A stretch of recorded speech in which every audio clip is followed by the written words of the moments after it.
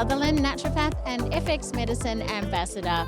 We are here at the NHAA 2024 Herbal Medicine Summit, and with us we have Ian Breakspear. Welcome, Ian. Thanks, Emma. Now, you spoke at 9 o'clock this morning. I heard some buzz around it. What did you speak about today? So Sally Kingsford-Smith and I talked about different perspectives in herbal dosing, so low dose versus high dose, and all the factors around choosing that, and the fact that neither style of dosing is 100% correct, that it's about the patient and about the individual. And I think when you're in clinical practice, it can get really confusing, and sometimes it's hard to know, especially with liquid herbs, which way do I go? A 1-in-1, a 1-in-2? Do you have any insights for us? A little bit of insight, but it's a big question. There's a lot to consider with it.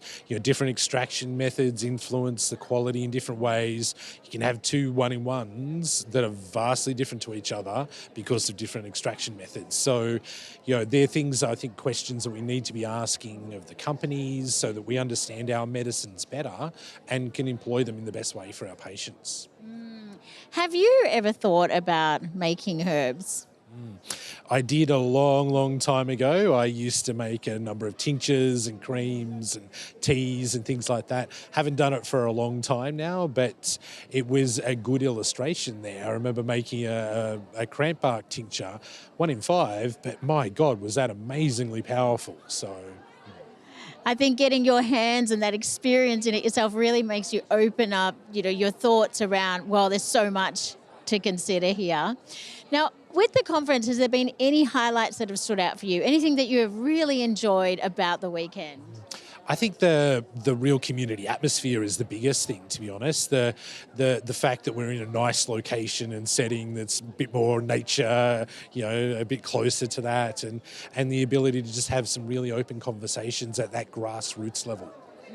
I would agree, and so many of the people I've spoken to have said the same, the community. And I think we forget, a lot of the times if you're practicing solo, we forget that there's incredible, warmth and incredible people around. Yeah, I agree. Yeah, it's a great community, and we just need to celebrate that more and come together and understand our common interests. Well, thank you so much for joining us today. Pleasure, Emma. Thanks.